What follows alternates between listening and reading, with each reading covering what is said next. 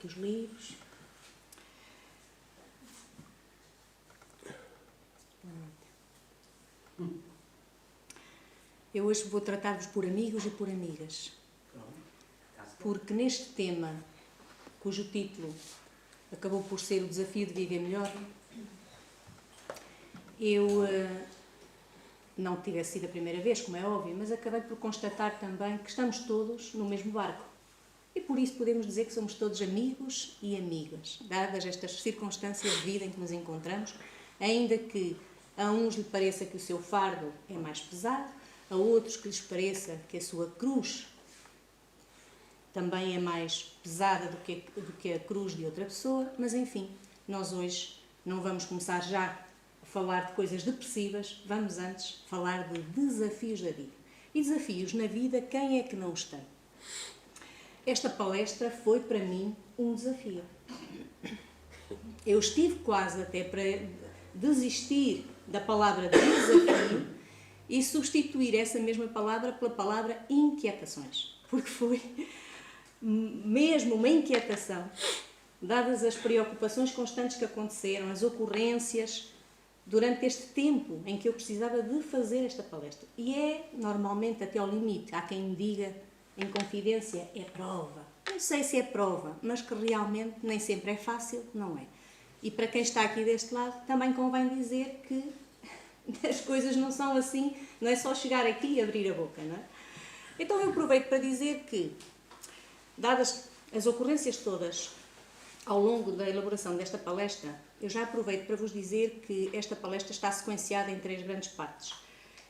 Eu organizei isto da seguinte forma. Na primeira parte eu vou tentar caracterizar um bocadinho o início da vida, mas de uma forma muito leve, falarmos lá daquele tempo em que nós estamos prestes para nascer e o que é que nos acontece logo de imediato assim que nascemos. Só para contextualizarmos aqui o assunto.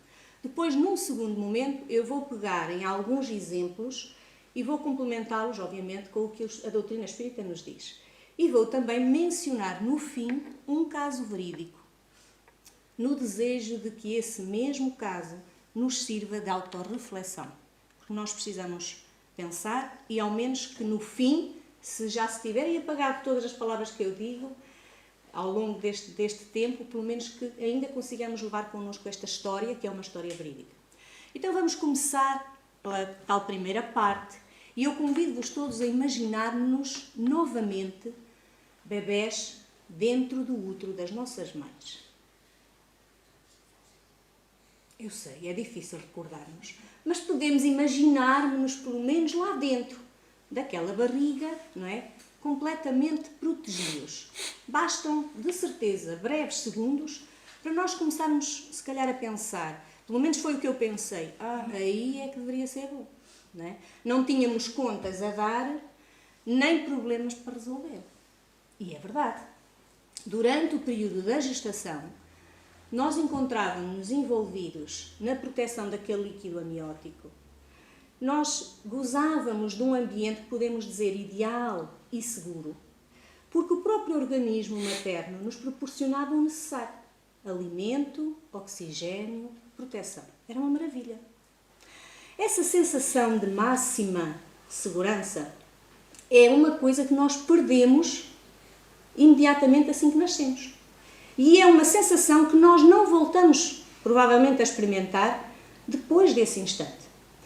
Alguns bebés, ou melhor, alguns espíritos prestes a reencarnar, parecem comportar-se como se soubessem que a partir daquele momento em que saímos do invólucro maternal, não só passamos a ser uma individualidade totalmente separada da nossa mãe, como que ficamos expostos às adversidades, obrigados a adquirir uma infinidade de competências. Há bebés que parecem que sabem disso e sabem porquê. É assim, eu não posso garantir-vos que esse seja o real motivo, mas sabemos até por relatos espíritas que é assim que acontece algumas vezes. Alguns bebés não prolongam até ao limite a sua estadia naquele ventre materno, prolongam, como que quem pretende adiar aqueles compromissos que cá fora os aguardam. É verdade. Não é de admirar, porque nós sabemos o quanto a vida é difícil. Cada um, lá está, como eu disse no início, tem as suas particularidades e enfrenta os seus próprios desafios. Ora, ainda mais quando pensarmos ainda naquele dia em que nascemos. O que é que nos fizeram logo assim que saímos do ventre materno? A primeira oferta que a vida nos deu foi logo uma palmadinha no rabo. Não foi? Pois é. Como que a dizer-nos, olha, toma lá para ver se começas a aprender a fazer alguma coisa sozinha. Foi logo a primeira lição. Depois dessa lição, dá para rir, mas é verdade, seguem-se outras imposições. Ou seja, nós ainda bebés, frágeis, com tantas dificuldades, mesmo assim, passamos a ter que saber dominar o processo da deglutição do leite. Ninguém nos ensina, nós é que temos que saber. Por isso nos engasgamos, né? Regurgitamos, enfim. Temos de perceber e controlar os nossos movimentos corporais como se fosse a primeira vez, embora a gente saiba que já não estamos cá pela primeira vez, mas é tudo, parece que um princípio, não é? E passamos a ter de dormir sem aquela sensação de permanente proteção que a mãe nos dava quando nós estávamos cá dentro. Credo, só aí já temos muitas exigências. E tudo isto ainda sem termos uma outra noção. A noção de que só o nascer aciona logo automaticamente o processo inevitável de envelhecermos. Então quer dizer, nós mal nascemos, levamos, né? E já caminhamos para a cova. Olha que prenda. Não terá a vida nada melhor para nos oferecer? Tem, com certeza, não é? Ai daquele corpinho tão tenro, tão frágil, que ainda agora se apresentou ao mundo, não é? A vida, o que lhe faz? O que é isso da vida? A vida traz-lo de volta para que ele agora possa crescer integralmente, com todas as suas potencialidades e desenvolver ainda mais algumas. Mas há momentos em que a estrada da vida realmente nos parece mais árdua, mais complicada do que esperávamos. Se formos remeter-nos aos nossos sonhos, e eu vejo isso lá na escola, não é? Todas as miúdas querem ser ou princesas, ou modelos, quando já são assim de outras idades, não é? Eles todos querem ser jogadores da bola, como o Cristiano Ronaldo e por aí adiante. Ou seja, vivemos inicialmente numa ilusão de que a nossa vida vai ser aquilo com que nós exatamente sonhamos, aquilo que nós projetamos e que vai ser um mar de rosas. E depois, à medida que o tempo vai passando, nós vamos nos apercebendo que de mar de rosas aqui tem pouco, nem sequer o cheiro. E então começamos a cair com os pés na terra e a perceber que a vida traz mais exigências do que propriamente prazeres. Parece até que depois de nascer se inverteram as situações. Ou seja, dentro do útero era máxima segurança, mas ao mesmo tempo que nós éramos tão pequeninos, era máxima fragilidade. Agora que já estamos aqui, que já desenvolvemos o nosso corpo, que já adquirimos algumas aptidões, é mais insegurança que nós sentimos, mas ao mesmo tempo percebemos que também temos mais resistência para encarar os desafios. Já repararam nisso? É verdade. Nós parece que trazemos hoje um arcabouço maior e à medida que crescemos e que o tempo passa, vamos ganhando esse amadurecimento. Parece que vamos tendo mais força para superar determinadas provas. Então a vida leva-nos a pensar, ou seja, tudo isto leva-nos a pensar de que nós temos na vida aquilo que precisamos, não aquilo que merecemos, não é castigo, mas aquilo que precisamos e aquilo que somos capazes de suportar. E esta é uma afirmação que o próprio Espiritismo defende, mas que o Espiritismo também completa falando-nos da lei da reencarnação, que ouvimos falar há bocadinho ali no Evangelho, e falando-nos também da lei de progresso. Portanto, o ser humano encontra-se sujeito a leis imutáveis. Nós não andamos aqui só porque andamos, só porque nascemos e pronto. Não, tudo obedece a essas leis. Duas delas, que é estas que eu vou falar, portanto, ou seja, uma delas é a lei do progresso. Essa esclarece-nos que nós reencarnamos para progredir. Então isso já dá um sentido à vida. Estamos cá para progredir. Para sermos melhores amanhã do que somos hoje e até do que fomos ontem. A outra lei é a lei que o Pedro já mencionou no Evangelho, a lei da reencarnação, que não é dogma. Ele diz muitas vezes isto, mas não é dogma porque já é uma realidade, é uma lei natural, existe. Independentemente das nossas crenças, isso acontece. Nós vamos e voltamos, nascemos, crescemos, morremos, renascemos, e assim é, não é? Portanto, essa lei da reencarnação coloca-nos frente a frente, uns com os outros, frente a frente com a própria vida, frente a frente, com imensos estímulos. Para não dizermos sempre desafios, são estímulos, vamos encará-los como estímulos. Estímulos para que nós modifiquemos alguma coisa em nós, para que nós cresçamos, para que nós aprendamos. A escola tem de ser um estímulo, o nosso ambiente familiar deve ser um estímulo, a mãe deve estimular o seu filho a falar, etc. Então toda a vida deve ser puxada nesse sentido, não é? Segundo os espíritos, não há crescimento sem amadurecimento. Ora, e isso implica o quê?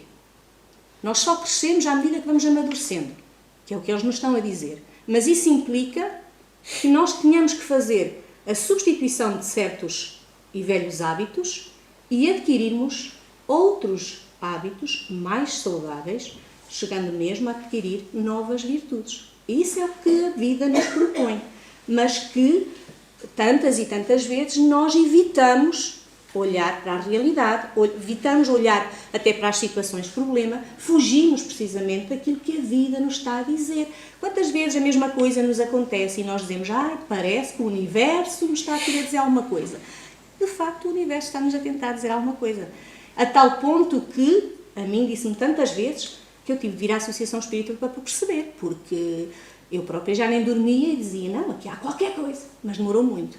Então, ainda bem que vim, não é? Ora, se não há crescimento sem esse amadurecimento que nos é necessário, podemos pensar agora também um bocadinho nos vícios. Os vícios, por exemplo, também não se tiram de nós com um golpe cirúrgico, porque se assim fosse, fazíamos aí uma cirurgia qualquer para este e para aquele vício e ficávamos logo limpos, ficávamos logo bem, não é? Mas sempre podem ser afogados, vou utilizar a expressão afogados, na tentativa de nós nos afastarmos consecutivamente desses mesmos vícios e de amelharmos para o lugar deles virtudes que formos adquirindo. Então há sempre a possibilidade, afinal de contas, de melhorarmos. E se há a possibilidade de melhorarmos, já há, inevitavelmente, a possibilidade de melhorarmos também a nossa própria vida. Porque melhorar a nós mesmos é melhorar as circunstâncias. E melhoradas estas circunstâncias, a vida logo parece muito mais sorridente, muito mais alegre, não é? Tudo nos satisfaz noutro nível. A própria história da humanidade não nos conta que determinadas personalidades que ficaram reconhecidas como vencedoras, essas celebridades ou essas personalidades, só alcançaram o cume das suas conquistas com base em imensas lutas, férreas batalhas, foi ou não foi? Não, ou seja, não houve grandes facilidades. Então, por eles também nós vemos que o nosso percurso, nós não somos assim tão diferentes uns dos outros, não tem que também ser o nosso percurso tão diferente assim. Mas nós às vezes colocamos-nos como seres totalmente diferentes do resto do mundo. E achamos que Deus tem que se vergar diante de nós e conceder-nos os nossos desejos. Ajudar-nos de todas as formas, porque nós nos consideramos muitas vezes mais especiais que o nosso próximo. Mais especiais que tudo o resto. Ora, como eu dizia, a possibilidade de nós vencermos foi-nos dada, e eu aproveito para dizer que foi-nos dada a todos por igual. Mas esse tal despertar do espírito que nós somos para a nossa evolução moral está sempre dependente de uma sequência de esforços indiscutíveis. Ou seja, o esforço faz parte. Se nós não fizermos isso, as coisas nunca se realizarão, nunca mudarão. Então isso significa que revoltar-nos com factos ocorridos, eu também já me revoltei, muitas vezes, por não perceber, porque depois que encontramos a doutrina espírita, encontramos também ali um alento para percebermos o porquê das coisas, o porquê destas situações, né? Da nossa situação atual. Então, revoltar-nos contra esses factos, insistirmos, por exemplo, em relembrá-los, que também caímos muitas vezes nesse erro. Não saímos dali, estamos sempre ali, a rememorar aquilo. Se não fizermos esses esforços mentais de superarmos essas questões, de superarmos até dificuldades que nos surjam, isso vai manter-nos retidos, aprisionados àquela situação. Nós já não conseguimos ver mais nada, não conseguimos dar um passo, nada nos parece bom, nada nos satisfaz, não é? Nada nos alegra.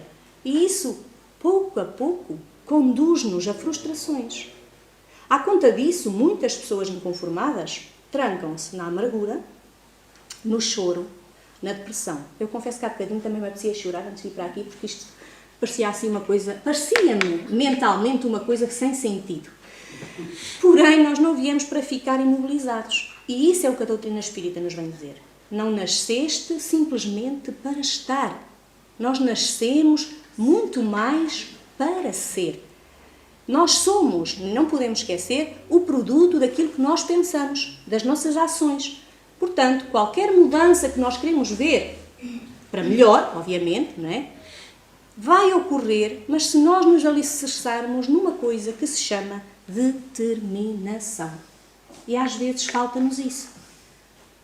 Deixamos-nos estar, desejamos muito que aquilo mude, mas também não damos o passo adiante para que as coisas comecem efetivamente a modificar-se. Ora, modificar as coisas hoje em dia é muito difícil. Não só as nossas questões pessoais, mas porque nos encontramos numa sociedade onde, por exemplo, eu acho que vocês também vão concordar comigo, hoje em dia tudo parece que se trocou. Passámos, como nós dizemos muitas vezes, do 8 para o 80. Então, hoje em dia, a nossa sociedade apresenta-nos que ser-se novo parece ser muito superior a ser-se velho. Como se tivesse mais valor ser-se novo do que ser-se velho, não é? Ser-se até mais alto, na sociedade de hoje, parece valer mais que ser-se baixo. Eu estou condenada, não é? Ser-se giro, ser-se bonito, ser-se apresentável, também hoje parece ser mais importante que sermos espertos. Ora, precisamos ter cuidado com isso. Não nos deixarmos influenciar em demasia, porque estas ideias vigentes que andam por aí e outras tantas que por aí circulam, levam-nos a que nós próprios nos autocondenemos a uma vida presente ou, quem sabe, à futura, de mais frustrações, mais inquietações que nós dizemos cá na terceira, não é? Mais sofrimentos por incompreensão das coisas. Então é preciso ter cuidado. Não vamos só ao sabor das coisas porque os outros dizem. Há que refletir. Ora, o contrário também pode acontecer. Se em vez disso nós nos vincularmos a ideais superiores, ao desejo de, por exemplo, começarmos a construir hoje o melhor amanhã, nós aí já estamos a colaborar para que venha a concretizar-se essa vitória do espírito sobre a matéria, que é o que tem de acontecer no nosso planeta. Mas que, por agora, vemos que não é assim. As pessoas estão mais voltadas para as questões materiais do que propriamente para as questões espirituais. Então, este processo vemos que ainda é longo, porque, dadas todas este panorama em que nós vivemos, nós podemos perceber que, se calhar, ainda nos faltam séculos, e eu aponto talvez milénios. Mas, o que é que dizem os espíritos mais adiantados? Que não desistamos. Não desistamos, não esmoreçamos, porque a natureza, a própria natureza, também não dá saltos. É ingenuidade da nossa parte acreditarmos que, por exemplo, fazendo uma boa ação, uma grande e vistosa ação, chegue para nós chegarmos, aliás, para nós deixarmos de ser espíritos comprometidos e passarmos a ser espíritos puros. E também não é por meia dúzia de coisas que façamos, ou 20 ou 30. Nós vamos ter que os convencer e nos moldar novamente. É como se nos estivéssemos a reconstruir. E vamos ter que convencer aqueles que estão à nossa volta de que realmente estamos totalmente mudados. E para provarmos isso, precisamos de persistir. Persistir. Persistir a cada dia. Então, os espíritos mais adiantados que nós vêm nos dizer uma frase que eu achei interessante e que coloquei aqui, que é assim: a flor que perfuma o ambiente e nos encanta, só um dia se torna no que é, graças ao rítmico evoluir da semente. E vós, de modo igualmente rítmico, havereis de assistir ao despertar das vossas qualidades. Então isto mostra que realmente nós nos assemelhamos muito a todo este processo da natureza. Nós fazemos parte também da natureza, não é? E já que referi a natureza, vamos aproveitar alguns exemplos e algumas lições que a própria natureza nos dá. O dono de um pomar, por exemplo.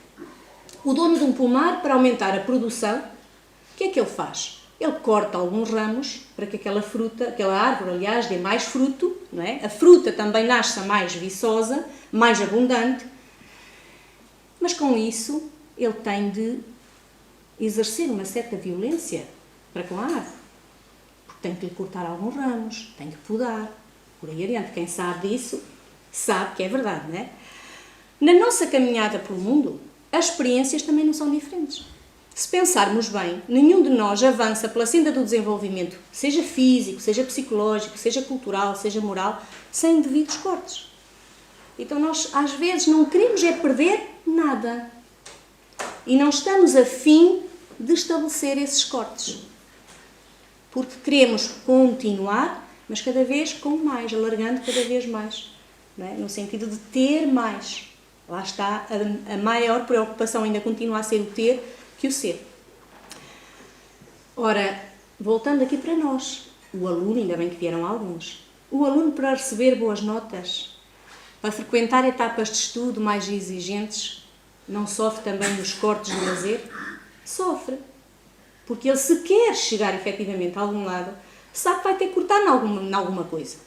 O profissional, por exemplo, que tem em vista obter melhores resultados no seu trabalho, esse também sofre o corte de alguma coisa e provavelmente vai ser o corte no descanso para poder conseguir esses melhores resultados. O atleta determinado em conquistar muitos prémios, também tem que sofrer o corte do comodismo e submeter-se a uma rigorosa disciplina, seja ela alimentar, seja ela física. Tem que haver esses cortes.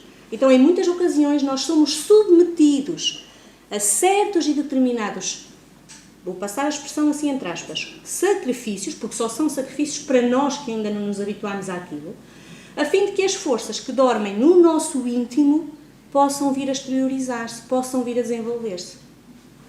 Eu desenvolvi imenso enquanto pessoa, depois de ter a filha com as particularidades físicas que ela tem.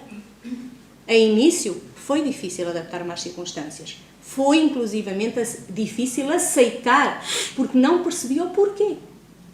E questionava muitas vezes, porquê eu? Hoje, com o esclarecimento da doutrina espírita, percebo que está tudo certo. Percebo que aquele sonho que eu tinha tido 7 anos antes, em que eu a via na minha frente e dizia Joana, não é? Faz todo o sentido. Porque ela, afinal, já estava projetada para vir para cá. Para junto de mim, para junto do meu marido. Então nós não estamos, lá está, ligados uns aos outros, sequer uns pelos outros. Esses desafios que nós encontramos na família, não encontramos só na vida da rua, encontramos também dentro de casa, também eles fazem parte deste processo evolutivo em que nós nos encontramos. Ora, nós encontramos-nos num processo evolutivo, mas também ouvimos muitas vezes aqui na doutrina espírita dizer que este mundo ainda é um plano de muita inferioridade. E que aqui, os que habitam aqui, ainda têm muitas imperfeições morais. Isto significa que seria um bocadinho ingenuidade da nossa parte a considerarmos que este planeta tem que obrigatoriamente ser uma estância de férias. Porque não é. Não bate a bota com a bolota, não é? Então, se nós ainda não atingimos esse nível de usufruirmos de um espaço habitável, que é o nosso planeta, nas condições de estância de férias, como é que nós haveremos, nem nos comportamos para lá ter chegado, não é? Como é que nós haveremos já de querer que tudo na nossa vida seja alegria, seja paz, dê certo, vá para a frente, sem obstáculos, sem contratempos, não é? Sem dificuldades, enfim. Quando muito o nosso planeta, podemos associá-lo assim a uma pousada, não é? Mas, pousada é essa que também a dada altura nós teremos de largar. E de preferência que nesse dia seja em melhor situação do que aquela em que nós nos achávamos quando nascemos. Ou seja, com maiores aprendizagens feitas, com maior amadurecimento também almejado. Não é? Se temos liberdade ao longo de todo o percurso, já falámos nisso na semana passada. Sim, temos, não é? Temos a liberdade de poder até prolongar ou de poder encurtar todo o processo. A quantidade de tempo que nós destinamos para sofrer determinadas coisas, para permanecer neste patamar, só depende dos nossos esforços e da nossa perseverança. Nós, às vezes, é que, porque alimentamos demasiado aquela mesma coisa, não damos conta de que o tempo passa, que às vezes anos se passam, que ficam imensas coisas por fazer, por viver, por sentir, em detrimento dessa nossa posição de ficarmos ali, sempre a remoer, sempre a remoer. Nós aqui no Espiritismo, e também desde crianças, porque muitos de nós tiveram um percurso não propriamente desde a nascença dentro do Espiritismo, nós costumamos ouvir muito que é preciso entrarmos pela porta estreita. Nós já ouviram essa expressão? É preciso entrar pela porta estreita porque a larga não nos convém. Há quem diga assim, de uma forma muito simples, esta frase relativa à porta estreita. Pois bem, entrar pela porta estreita é dispor-nos a aceitar esses sacrifícios que a vida nos coloca em frente, mas no sentido de nós sempre melhorarmos, não é? É colocar-nos então a trabalhar em favor do progresso, é dedicar-nos ao próximo, sobretudo a quem sofre mais que nós. Nós às vezes também, por egoísmo, por orgulho, nem pedimos desculpa e por egoísmo também não temos a capacidade de ver que o outro, que há quem esteja pior que nós, que o outro precisa se calhar ainda mais de ajuda do que eu. Nós só vemos a nós mesmos. Então entrar pela porta estreita é também adquirir o hábito de cultivarmos bons pensamentos. Para quê essa questão dos bons pensamentos? Porque se nós nos deixarmos levar pelos maus, nós podíamos dizer assim, olha, não tarda, estamos também arruinados. Porque também estamos prisioneiros desses mesmos maus pensamentos, não é? Ligados a outros irmãos que comungam dos mesmos pensamentos e já podem ver por aí a teia em que nós, até sem querermos, nos colocamos. Então, adquirirmos o hábito desses bons pensamentos vai ajudar-nos a que na nossa vida nós nos saibamos conduzir a estados de saúde mental. Aceitarmos as circunstâncias da vida como algo passageiro. Relativizarmos. Cheguei aqui e começou-me a surgir essa palavra na cabeça. É preciso relativizar. É preciso relativizar. E é verdade. Nós precisamos relativizar as coisas. Porque há sempre quem esteja pior. Há sempre quem esteja numa situação bem mais difícil que a nossa. E a nossa, quando bem analisada, de certeza que encontramos ali formas de solução. Porque Deus não dá o fardo maior que as nossas forças. Também já ouvimos dizer isso. Isso foi o que me disseram a mim na primeira vez que eu aqui vim. Foi a tal pomadinha no rabo. Né? Pega e ouve e pronto. Né? E é isso mesmo. Ou seja, nós só estamos a passar aquilo que Deus entende que nós também já temos capacidade de suportar. Então nós precisamos de entender isso. E, por sua vez, manter-nos sempre cientes de que nós, se fizermos a nossa parte, Deus fará o resto.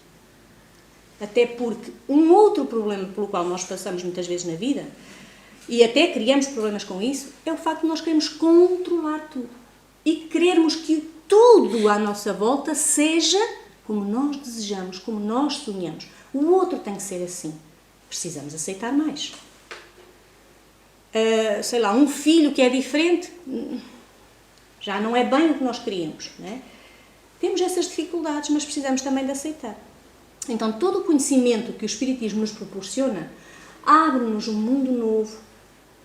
E até aquele ensinamento do vinde a mim, todos vós que estáis cansados, oprimidos, pois o meu jugo é leve e é mais suave, até essa frase, não é? Ganha para nós um maior sentido. Porque nessa frase nós percebemos que nos precisamos de encorajar e que precisamos também de compreender mais, não é? E jamais desistirmos. Então, pelo Espiritismo, nós entendemos que esta questão de liberdade espiritual e progresso moral somente se vão dar na medida exata da nossa aceitação. Vamos pensar, quantas vezes nós temos dificuldade em aceitar? E o problema está somente ali. Porque, aceitando, invertia-se logo tudo. Acabavam-se tantas discussões, não é? Tantas situações que nós vemos como negras, como difíceis, passavam a ter um outro olhar, não é? Uma outra perspectiva. Então, enfrentarmos as provas, resignar-nos, não no sentido de permanecermos ali, isto é a minha vida, é assim. Não, não é nesse sentido, mas resignar-nos no sentido de procurarmos reunir esforços para ultrapassar essas mesmas provas. É também um trabalho interior que vamos dizer assim, um trabalho interior de construção da nossa fé. Porque naquele momento nós também estamos a ser submetidos a essa questão da fé. Até onde vai a tua fé? Não é? E esses instantes servem-nos também para nós aprendermos a encarar os episódios da vida como ocorrências naturais na nossa estrada evolutiva. Lembrando-nos que tudo pelo qual passamos é sempre no sentido daquilo que eu disse lá no início. É tudo aprendizagem, no sentido de ganhar experiência, com vista ao nosso progresso e a colaborarmos com o avanço na Terra. Então agora, como eu vos tinha dito, para irmos pegar também naquela questão da autorreflexão, eu não ia a colocar aqui um assunto mais pessoal, mas encontrei no livro Estudos e Crónicas, de Humberto de Campos, um testemunho, que é o testemunho do irmão Belarmino Bicas. Tem um nome engraçado, não é? Parece que é já ali das Bicas. Então, Belarmino Bicas é um irmão que desencarnou com 58 anos de idade. E tornou-se espírita desde os 38. Portanto, ele ainda esteve 20 anos no espiritismo. Ele conta que um dia, ao se sentir bafejado por estas bênçãos do espiritismo, ele foi para casa depois de uma palestra e decidiu começar a anotar todas as suas exasperações diárias, todos aqueles momentos em que ele frustrava, ou em que ele se chateava, ou em que ele se aborrecia com alguém. Ele então passou a registar mágoas, cóleras, inquietações, chatices, todo o género de situações. Este gesto de passar a redigir no tal caderninho diariamente foi uma coisa que ele levou muito a sério, porque Belarmino Bicas conseguiu fazer isto durante os tais 20 anos. Ou seja, ele, no livro até dizem que foi desde 1936 a 1956, porque já tem algum tempo, não é? Entre muitas situações, eu não vou dizê-las todas, senão não saímos daqui, mas Belarmino chateou-se muitas vezes, como nós também nos chateamos. Belarmino assinalou, por exemplo, 1811 contrariedades com a família, ao longo daquele tempo. Aborreceu-se 906 vezes com questões relacionadas com a alimentação e com a higiene lá em casa. Aborreceu-se 1614 vezes com a esposa. Isso é que era uma festa, então. Estão a ver, não é? E com os seus filhos, 1801.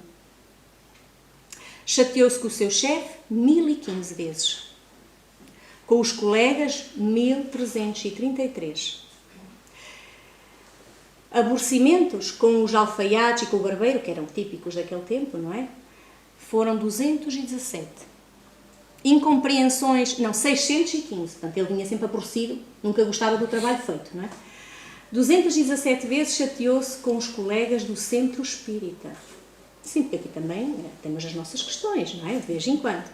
Contabilizando estas e outras, porque lá está, a lista ainda é extensa, ele, Belarmino, atingiu um total de 16.386 irritações que ele próprio, no mundo espiritual, acabou por considerar irritações inúteis. Como resultado, o que é que aconteceu?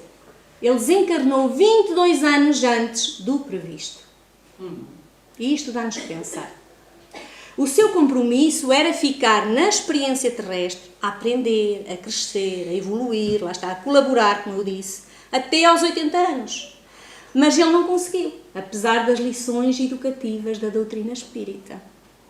Porque uma coisa é ouvirmos, uma coisa é praticarmos. Isto também serve para mim, eu não estou a apontar o dedo a ninguém. Como ele referiu, quanta asneira, dizia ele, em nome do sentimento. É verdade, nós pomos os sentimentos na frente de muita coisa. Não é? E, em virtude disso, acabamos às vezes por arranjar estas questões em família, no trabalho e em toda a parte. E toda a gente nos diz que nós estamos impossíveis e só nós é que não vimos. Na vida espiritual, quando ele lá chegou, despertou finalmente para aquela nova circunstância, ele ficou a saber que foi considerado suicida indireto. Porque ele é que pôs termo à sua vida antes de tempo. Pela postura, pelos hábitos, né? Pela forma de estar. E até que um dia, então ao desabafar com Humberto de Campos, que era já seu amigo em vida, ele aproveitou e até insistiu. Conte, dizia ele, conte o meu caso para quem esteja carregado de azedume. vá lá falar do perigo das zangas sistemáticas e insista na necessidade de sermos mais tolerantes.